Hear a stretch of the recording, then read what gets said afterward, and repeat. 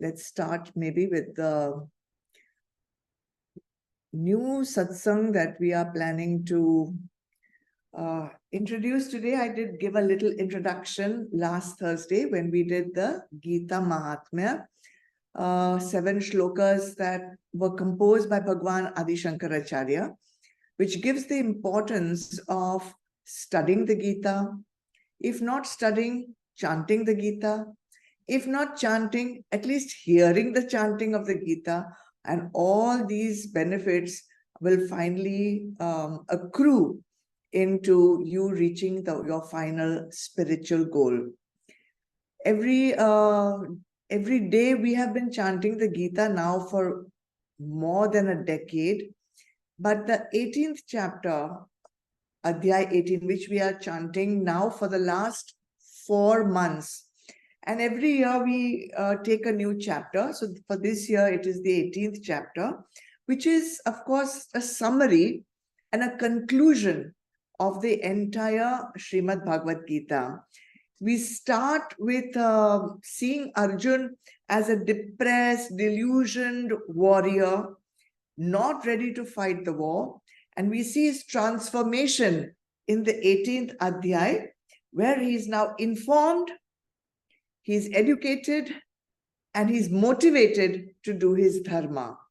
And the entire Bhagavad Gita is the story of his transformation, from which you and me can take inspiration and transform ourselves also. So, anyway, we do the Bhagavad Gita as a discourse twice a month, and we are on the 6th Adhyay over there. But I thought that since we're chanting the Bhagavad Gita every day of the 18th Adhyay, let me take 2 or 3 shlokas every Thursday so that I can explain to you what it means. So when you chant or when you hear the chanting, either way, the chanting will have some meaning for you. You will understand what is being chanted.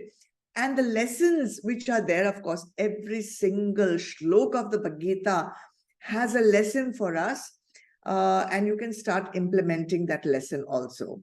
So every adhyay, there is a sankalp vakya at the end, which tells us that this particular adhyay or this particular chapter, this is the path you have to walk on in order to reach your supreme goal. And the 18th Adhyay, which we are studying now, is called Moksha Sannyas Yoga. Yoga means union with Bhagwan. And you will get the union in such a way that you will attain moksha. You will never need to be reborn again by the path of sannyas.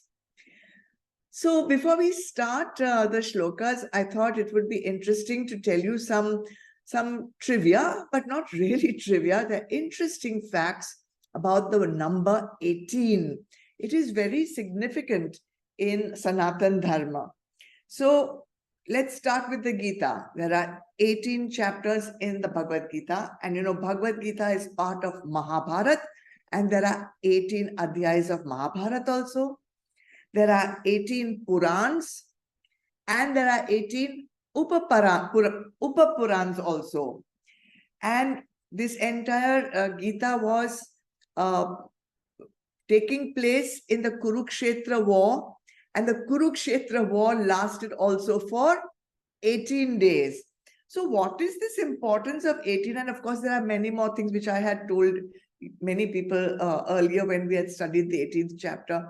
But for the time being, this is interesting enough. Importance of 18. 1 and 8.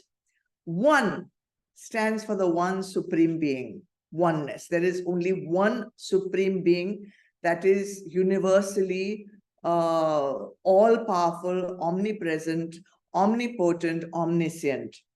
And 8 represents the 8 manifestations of that supreme being, the 8 components that make up all of Prakriti. So the Gita is giving us 18 adhyayas, and this 18 adhyayas is giving us a complete picture of the Supreme Being, along with the 8 manifestations of that Supreme Being, or the 8 components of Prakriti. And children, I think Alena is on and Jainam is also here. I think you will find this quite interesting and you can boast in your school about it. In numerology also, 9 is very, very significant. See, 1 and 8 makes 18. So 1 and 8 equals 9.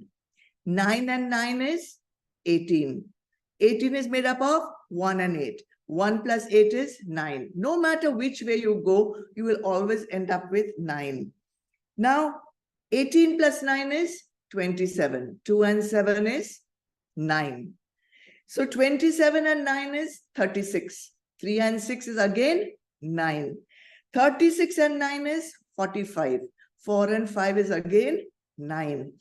45 and 9 is 54. 5 and 4 is 9. You can go on this way and you will find that finally you will come to 99 plus 9. It will make 108. 108, of course, as we all know, is the most significant number in Sanatana Dharma.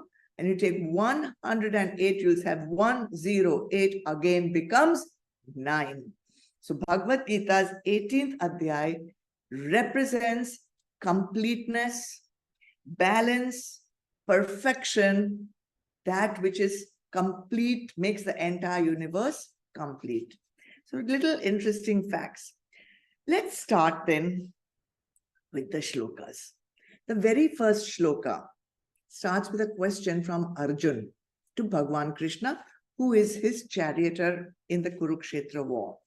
He says, Sanyasasya mahabaho tattvamichhami veditum tyagasya cha rishikesha prithakeshini shrudana.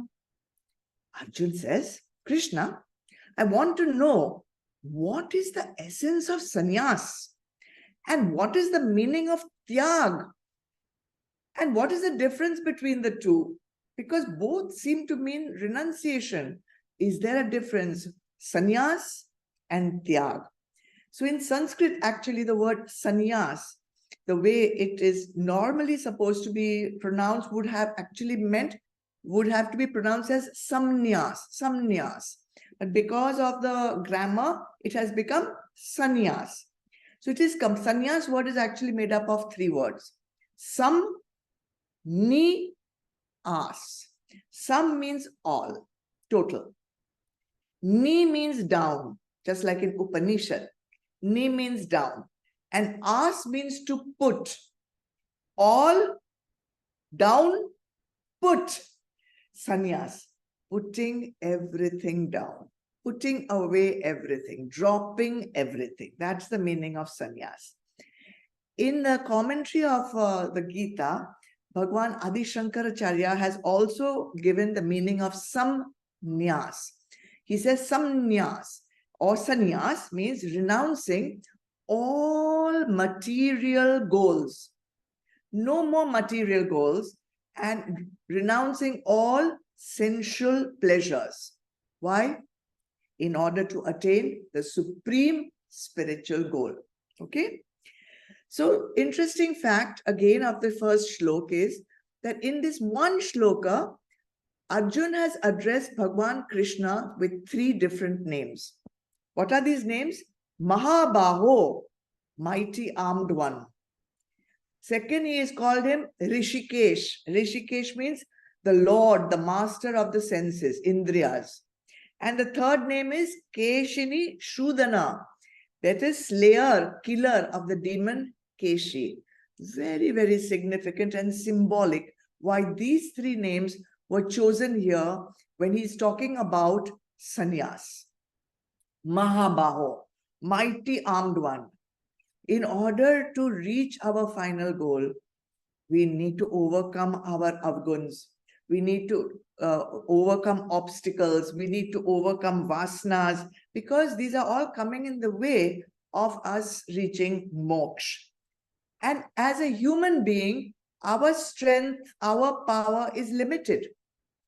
So Arjun, by calling Bhagwan Mahabaho, he's invoking the strength, the power, the divine strength, the divine power of Bhagwan Krishna and saying, give me that strength so that I can do sannyas of all these obstacles which are coming in the way. Where is this strength? Where is this divine power? Where is this divine strength which he is invoking? Of course, it is within himself, hidden, dormant.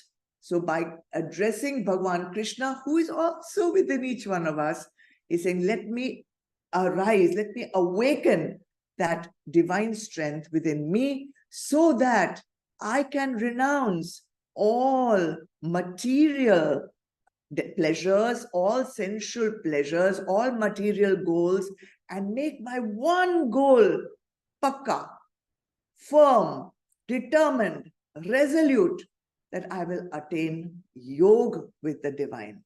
Mahabaho, mighty armed one, baho, arm, maha, great. The second name he uses is Rishikesha.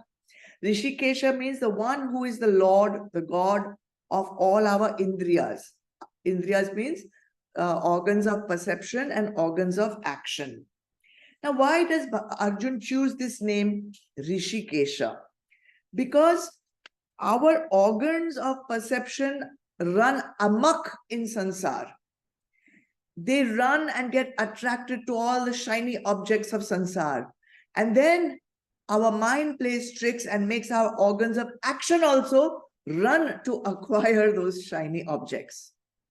Once again, Arjun realizes he needs to control, he needs to restrain, he needs to master his organs of perception, his organs of action, and only with the kripa of Bhagwan, Rishikesh, Bhagwan Rishikesh, who is the master of these indriyas, will he be able to attain that goal of purification so that through Sama and Dhamma, he will be able to reach his goal.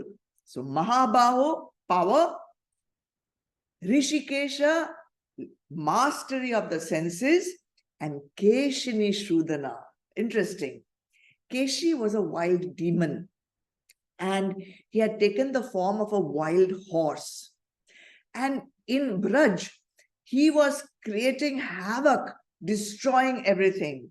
So one of the leelas of Bhagwan Krishna is that he slays this demon Keshi, which is in the form of a horse. Now, what exactly is this demon? We have no demons now like in the form of a horse, but the demons are all within us because we are in Kali Yuga. The demons are within us. Our Kam, our Krodh, our Lobh, Moh, Mad, Matsarya, our doubts, our Vasanas, these are our demons. So he says, Bhagwan, just like you slayed, destroyed that demon Keshi who was creating havoc in Vraj, these demons within me are also creating havoc.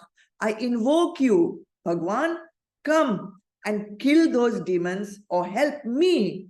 Give me the strength, give me the ability to slay these demons which are inside me.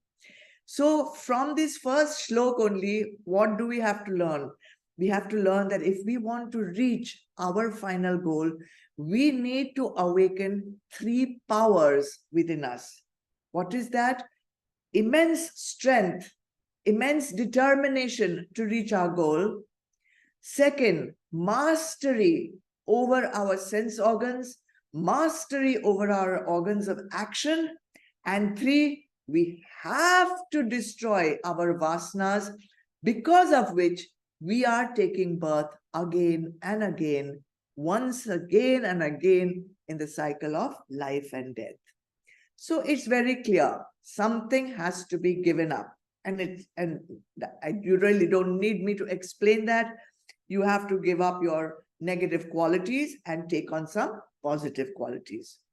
What kind of actions, therefore, will I need to do this sadhana, which will take me towards my goal? So actions are compulsory. You cannot not do any action. Even if you say, I am not going to do anything. You are still doing nothing. So doing is natural. You have to do. So there are 4 kinds of doings, or there are 4 kinds of actions. In Sanatana Dharma, it's very clearly, let us say 5. Let us count them as 5 kinds of actions. First one is, of course, your Nitya Karma. Nitya Karma is your dharma, your duties, which are prescribed in the Vedas, your sadhanas, your puja, your purification of body, mind, and intellect. Nitya Karma. Everyone has to do Nitya Karma. Then there may be some special occasions like weddings or Upanayan ceremony or something like that. Or there may be some emergency in the family, or you may be seriously ill. Then on those kind of special occasions where you cannot perhaps do Nitya Karma, then you have to do Naimitik Karma. So that Nitya Karma compulsory every day, special occasions, Naimitik Karma. Then the third one, Kamya Karma. All actions which are prompted by selfish desires. Not Nitya, not Naimitik. Beyond Nitya and Naimitik, Kamya, based on Kam, lust, Vasana, desire. So those are the actions which are called Kamya Karma. Then, of course, the Vedas have certain actions which are prohibited. No matter what, you should not do those actions. And we call those actions Nishidh Karma, prohibited, not recommended at all. And what if I do those actions? Then you have Prayaschit Karma. The Prayaschit Karma is actions which will help you to atone for the wrongdoings, which will help you to purify yourself. So we call that Prayaschit Karma. So coming back to Arjun's question in Shlok number 1, what is sannyas? What is the meaning of tyag? And what is the difference between these two? And before Bhagwan gives his own interpretation or his own reply, he gives some interpretations of other wise men. So some different schools of philosophy have different opinions of what sannyas and tyag should mean. So in the next shlok, number 2, Bhagwan starts speaking. He says, Shri Bhagavan Uvacha Kamyanam Karmanam Nyasam Sanyasam Kavayo Viduhu Sarva Karma Phala Tyagam Prahustyagam Vichakshana. The first interpretation he gives is the interpretation of the wise ones called Kavaya or Kavayo. They are poet philosophers or sages. What do they say? According to them, Kamyanam Karmanam Nyasam Sanyasam Kavayo Viduhu. They say sannyas or renunciation means giving up all actions which are prompted by selfish personal desires. Okay? So you give up all material enjoyment, actions which are kamya karma. Give that up. And you start living an ascetic life called karma sannyasi. You do your actions as a sannyasi without having any material enjoyment. And nitya karma, of course you have to do. Naimitik karma, of course you have to do, but only to sustain your body. Only for existence, only for your needs. Nishid karma, obviously, you do not have to do. So this is kavayo, meaning sannyas means giving up all actions for satisfying personal desires. Then the second line of that shlok gives the second interpretation of deep thinkers called Vichakshana. What do they say? Sarva karma phala tyagam prahus tyagam vichakshanaha. They talk about tyag. They say, do whatever action you're doing, but what do you have to tyag? What do you have to give up? You give up the expectation of the fruit of the action. You do the action without having any expectation that this result only must come. Why should we do that? Because when we have a particular desire only for a result of an action. If we don't get that action, we get agitated. And also it puts a lot of strain on us, anxiety that will I get this action or will I get this result or not? Will I get this result or not? You cannot focus on the action also. So the Vichakshana, the deep thinkers say, this is what we understand by Tyag. You do the actions. So which actions should you do? Obviously not Nishidh karma. Kamya karma also you should not do. But when you do Nitya karma and you do Naimitik karma, you do it, perform it properly, but without expecting any fruit of the action. All right. So up till now, we have two interpretations of sannyas and tyag. In one, we say sannyas is an outer thing where we are outwardly giving up doing any desire-prompted action. And tyag is an inner mental work where we do not have any expectation of the result of the action. Now, why should we have to give up all our desire-prompted actions? And why should we not have any expectation of the fruit of the action? Well, if you are a seeker who has chosen as the goal of life moksha, means who has chosen moksha as the goal of life, then you will understand that to attain moksha, desire-prompted actions and expectation of the fruit of the action are obstacles in the way of moksha. Because they create more karma, they strengthen your desires, and they will keep making you come back once again into the cycle of life and death, which is the opposite of moksha.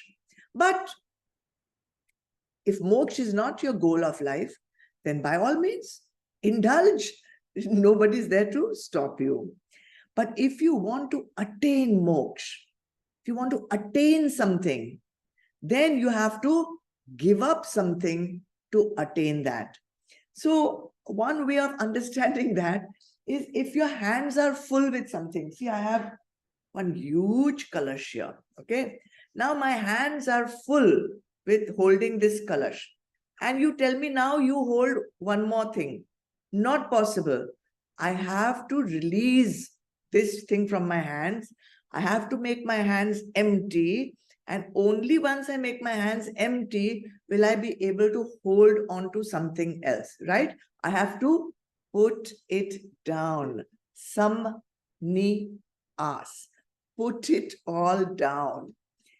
Same way, I have held on to so many attachments, so many desires, so many vasanas, so many expectations that until and unless I put those down, I cannot hold on firmly, determinedly, resolutely to my goal of moksha. How to achieve this? The method is in this story itself. But I'll tell you an interesting story of Pujya Swami Chinmayananda. One day he was ready to travel in a train. The train was just about to start. And he was just climbing on board and some bhakt had come to see him off. The train was like in 1 minute, it was going to leave. The bhakt at that 1 minute said, "Can I ask you a question?" So Swami Chinmayananda said, "Okay, but ask quickly because I'll be leaving in less than a minute now." So the question he asked to be answered in less than a minute is, what is the essence of Hindu philosophy? Essence of Hindu philosophy, an answer has to be given in half a minute. Swami Chinmayananda said 3 words: detach and attach. Detach and attach. Detach from what? All my lower tendencies. Attach what? To my higher goal. Detach from negative tendencies, thinking, illusion, untruth, adharma, rajas, tamas, asuri sampatti, bad company, and all our Kam, Krodh, Lobh, Moh, Mad, Matsarya, you detach from all that and attach obviously to the opposite, the positive thinking, the truth, dharma, sattva, daivik sampatti, satsang, humility. Now, if you detach from the negative, but you do not attach to the positive, it is useless. See, imagine if you're climbing a ladder. You have one foot on the steps, both your feet are on the step. You are detaching. You lift both your feet up without putting one on the upper rung of the ladder. What will happen? You'll fall. So do not detach without attaching. It's useless. You'll fall. And attaching without detaching, that's also useless. Many people who come to satsang, many people who attend satsang regularly, they are very attached to the goal, attached to the truth, attached to the guru, attached to so many things, but without detachment. They are not detaching. They are attaching without detaching. Same analogy if you take of the ladder, if both your feet are on the rung of the ladder, you are attached to the ladder, but you refuse to detach even one foot to take it up, you are going to get stuck. You are stuck. You are attached, but not detached. So useless. Therefore, detaching and attaching with understanding, samaj, will take you to higher and higher goals. And this detach, attach sadhana, to I introduced or more than a decade ago in Siva, but I think perhaps everyone has not understood the importance of detach and attach. I don't know whether you can take one more shlok. It's a short one because that will complete the different interpretations that Bhagwan gives before Bhagwan will give his own understanding of sannyas and tyag. I'll take another 5 minutes. Shlok 3. Tyajyam dosha vadityeke karma prahur manishinaha yajna dana tapa karma na tyajyamiti chapare. Third interpretation is from other wise men he calls manishi, those who do manan, manishi. What are they saying? They are saying Tyajyam dosha vaditeke karma prahur manishinaha. They have a very radical approach. They say all actions are evil. All actions have evil in them because all actions have karma. You do something, you will get karma. Therefore, slowly, don't do any action. Live in akarma, non-action. So that is Manishini, one other interpretation of sannyas and tyag. And the next line of Shlok 3 says, gives the fourth interpretation. Yajna dana tapa karma na tyajya miti chapare. They say you can renounce all actions if you want to. But 3 actions you should never ever renounce. What are these 3 actions? Yajna, dana, tapa. These 3 things, these 3 actions, yajna, dana, tapa, karma, sacrificial rites, yajna, dana, charity, tapa, penance, austerities, this you should never give up. And that's the 4th interpretation. So we have 4 interpretations. Why should we not give up yajna, dana, and tapa?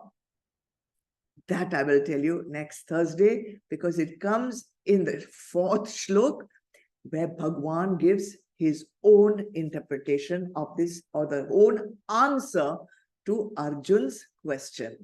I hope that this little explanation of 3 shlokas has helped you to understand the kind of actions you should be doing, the kind of actions you should not be doing, why you should not be doing it, and if you want to reach your highest goal, what are the energies, what are the powers that you need to invoke in yourself, Mahabaho, Rishikesha and Keshini Shrudana. More on this topic next Thursday.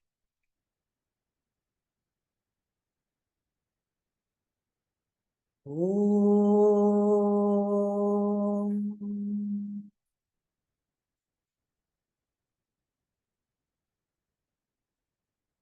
Om.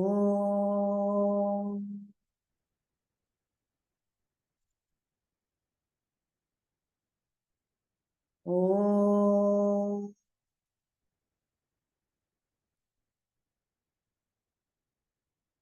Asatoma Sadgamaya Tamasoma Jyotirgamaya Mrityurma Amritam Gamaya. Om Shanti Shanti Shanti. Om Purnamada Purnamidam Purnat Purnamudachyate Purnasya Purnamadaya Purnameva Vashishyate.